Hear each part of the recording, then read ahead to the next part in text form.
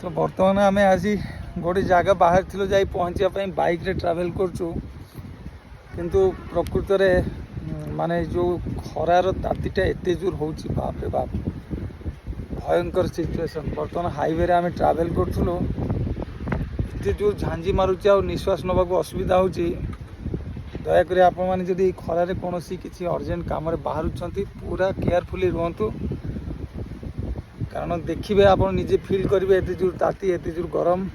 एत जोर breathing problem आसी बहुत भयंकर। आम आसी गोटे छाई जगार बाध्य हो छिड़ा हो 2 मिनिट आपन भी कैप और चश्मा यूज करूँ ता सहित पानी एवं ओदा कपड़ा भी यूज करूँ एत जोर खरारे टेम्परेचर हाईवे उपर जब जाऊँगी कारण हाईवे रे अन्य गाड़ी मानकर जो कार्बन डाइऑक्साइड रिलीज होची सी आहरी अधिका टेम्परेचर अधिका अच्छी गरम भी भीषण से प्रति जत्नवान।